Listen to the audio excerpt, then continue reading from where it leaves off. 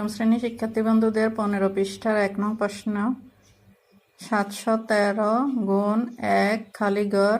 এক্ষেত্রে গুণফলের একক স্থানের অঙ্ক 5 হলে খালি ঘরের অঙ্কটি কত হবে? অপশন দেয়া আছে ক 3, খ 4, গ 5, ঘ 6। আমরা এখানে অঙ্কটি তুলে নিয়েছি। প্রশ্নে যেভাবে বলা আছে সেভাবে আমরা তুলে নিয়েছি। এখন আমরা অপশনগুলো দিয়ে গুণ করে দেখব কতর সাথে গুণ দিলে আমাদের গুণফলে 5 আসে।